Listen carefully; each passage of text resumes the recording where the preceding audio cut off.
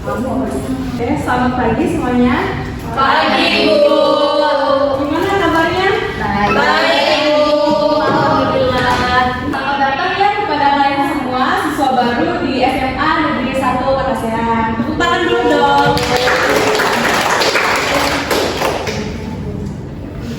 Sebelum memulai pembelajaran hari ini, silakan ketua kelas dipimpin untuk berdoa terlebih dahulu. Siapa? Sasa. Oke, Sasa silakan. Duduk siap. Siap. Sebelum belajar, mari kita berdoa menurut kepercayaan masing-masing. Berdoa mulai. Berdoa selesai. Beri salam. Assalamualaikum warahmatullahi wabarakatuh. Waalaikumsalam warahmatullahi wabarakatuh. Sekarang kita absen terlebih dahulu ya anak-anak. Iya, Bu. Rika Ramadhania Zahra hadir. Nanisa Fauska Hadir, Bu. Salwa hadir. Bu Siti Amelia hadir. Ibu Resa Farha Hadir. Raisa Julika hadir. Retno hadir. Nashwa Hadir. Oke, hadir semua ya. Masih semangat kan di hari ini? Masih. Sebelumnya kita menyanyikan lagu wajib nasional terlebih dahulu ya. Kita nyanyi lagu Garuda Pancasila. Silakan, ada yang memimpin jadi ibu. Oke, silakan Rika. Enggak, Bu. Kamu enggak. Ya, berdiri. Sopan. Dimulai, Bu. Ya, silakan. Ayo maju, maju, ayo maju, maju, ayo maju, maju. Garuda Pancasila, akulah pendukungmu, patriot proklamasi, sedia berkorban untukmu. Pancasila dasar negara, rakyat adil makmur sentosa, pribadi bangsaku. Ayo maju, maju, ayo maju, maju, ayo maju, maju. Oke, terima kasih Rika. Silakan duduk kembali. Oke, jadi pertemuan pertama kita kali ini akan membahas materi tentang NKRI, kesadaran akan hak dan kewajiban. Sebentar ya anak-anak.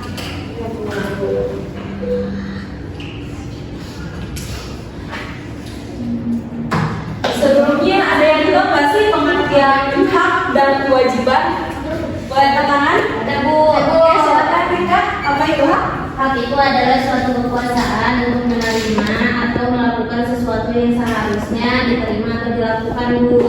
Oke, bagus. Ada lagi yang mau mencoba? Ya, Bu. Oke, silakan. Kewajiban, Bu.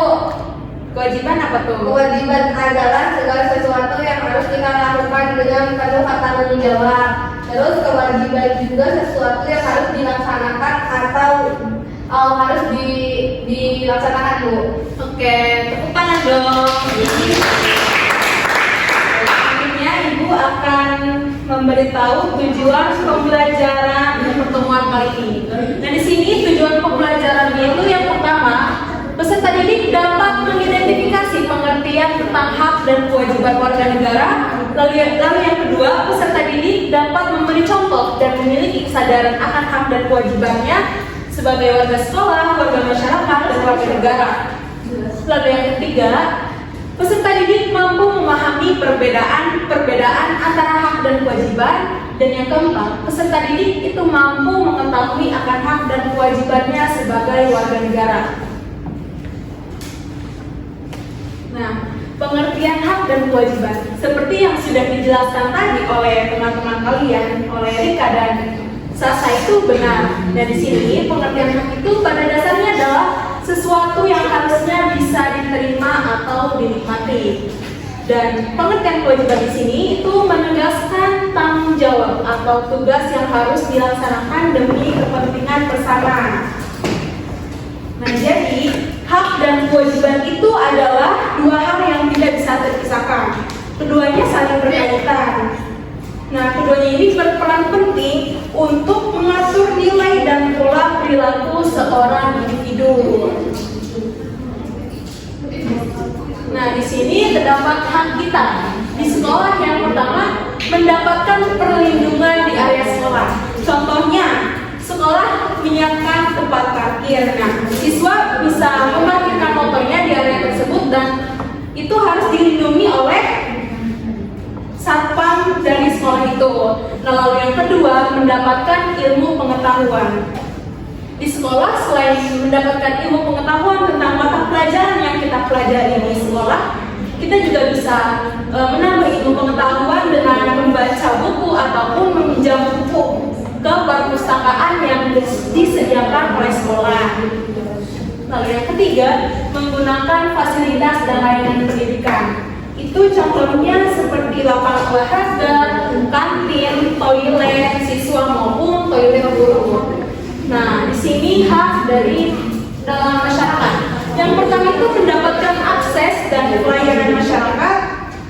Lalu yang kedua, mendapat kesempatan untuk mengemukakan pendapat. Kita berhak mengemukakan pendapat dan kita juga harus menghargai pendapat orang lain. Lalu yang ketiga, mendapatkan tempat tinggal yang layak. Nah, di sini terdapat hak warga negara, di mana yang pertama itu mendapatkan pekerjaan dan penghidupan yang layak.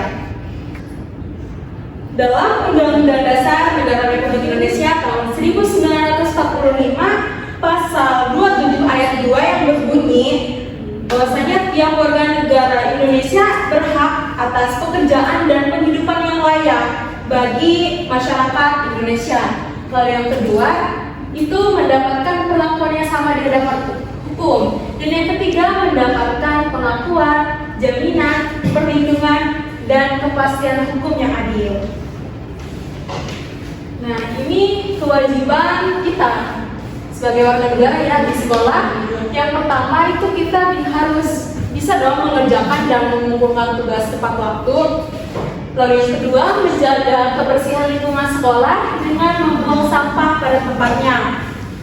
Di sini yang masyarakat kita bisa menghormati warga lain tanpa memandang perbedaan suku, ras ataupun golongan. Dan yang kedua di sini mengikuti kegiatan Siskamling untuk menjaga keamanan lingkungan sekitar. Kalian suka ikut Siskamling gak sih? Enggak. Pastinya bapak-bapak kalian ya. Iya. Oke, selanjutnya kewajiban warga negara yang pertama menaati hukum dan pemerintahan. Lalu yang kedua menghormati hak asasi manusia orang lain. Nah, di sini terdapat perbedaan antara hak dan kewajiban. Siapa yang mau membaca? Amin. Siapa? Amin. Amin, Bu. Iya, mau membaca itu silakan.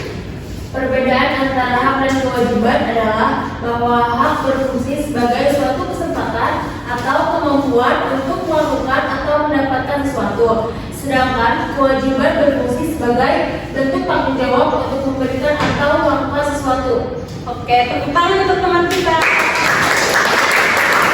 Kita dapat disimpulkan bahwa hak dan kewajiban itu saling terkait dan harus dipahami untuk mencapai kehidupan masyarakat yang aman, tentram, dan damai. Itu.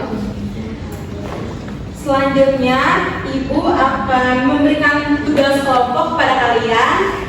Kelompoknya dibagi menjadi 2 kelompok. Jadi Ibu sendiri yang akan membagikan. Kelompok yang pertama itu barisan Rika Sampi dan kelompok kedua barisan Raisa Sampi. Jadi tugasnya itu kalian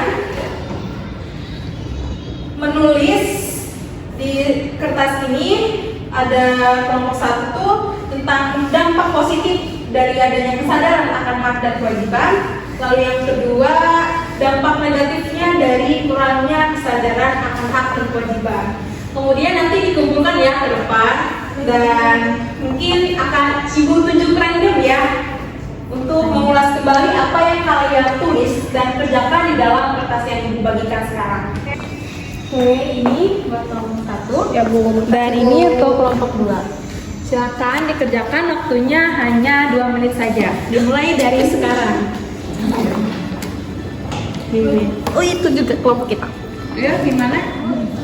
Ya Bu, lab diskusi. Iya Ibu, udah Bu. Ini dampak, ini negatif ya. Aku udah Bu, Udah.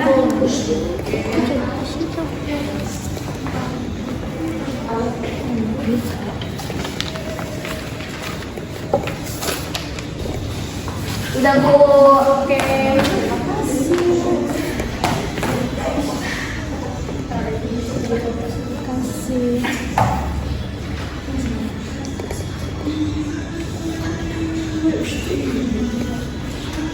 Oke, ini udah Ibu lihat ya. Bagus sekali jawabannya, singkat, padat, dan sangat jelas. Sekarang akan Ibu tunjuk ya random dari kalian untuk menjawab pertanyaan yang sudah kalian tulis tadi. Pertanyaannya itu, apa sih dampak negatif dari kurangnya kesadaran akan hak dan kewajiban? Saya tunjuk, Naswa. Ya, izin menjawab ya Ibu. Iya. Nah, jawaban dari saya, dampak negatif kurangnya kesadaran akan hak dan kewajiban itu adalah merugikan orang lain, menjadi pemalas, dan merugikan lingkungan. Begitu saja Ibu jawabannya. Oke, terima kasih Naswa, tepuk tangan. Sekarang dampak positif dari dengan adanya kesadaran akan hak dan kewajiban. Saya tunjuk Naisa, silakan. Ya Bu, izin menjawab Bu. Dampak positifnya yaitu dapat membangun kerukunan, membangun sikap positif, dan melindungi lingkungan Bu. Oke, terima kasih Nisa. Capek. Oke anak-anak, jadi kalian kan tadi sudah mendengarkan penjelasan dari Ibu dan sudah menjawab soal-soal yang Ibu berikan. Sekarang masuk ke kesimpulan. Nah, kesimpulan dari materi kesadaran akan hak dan kewajiban itu yang dimana sebagai warga sekolah, warga masyarakat, warga negara. Nah, tiap orang hendaknya menuntut hak dan melaksanakan kewajibannya secara seimbang. Mengabaikan kewajiban merupakan tindakan yang bertentangan dengan nilai-nilai Pancasila, karena Pancasila menjamin hak tiap orang serta menuntut kesadaran untuk melaksanakan kewajiban. Begitu ya anak-anak? Iya Bu. Sebelum Ibu menutup pelajaran hari ini, ada pesan yang ingin Ibu sampaikan kepada kalian. Nanti ketika kalian sudah pulang ke rumah, jangan lupa kembali belajar mengulas materi yang sudah Ibu jelaskan tadi agar bisa memotivasi kalian untuk menggapai cita-cita kalian di masa depan nanti. Mungkin ada yang menjadi guru seperti Ibu, ada yang menjadi dokter ataupun polisi. Nah, Ibu doakan semoga kelak nanti kalian akan sukses dunia akhirat. Amin. Mungkin itu saja pertemuan kali ini. Mohon maaf ya bila ada kata-kata Ibu yang kurang mengenakan kepada kalian. Wassalamualaikum warahmatullahi wabarakatuh.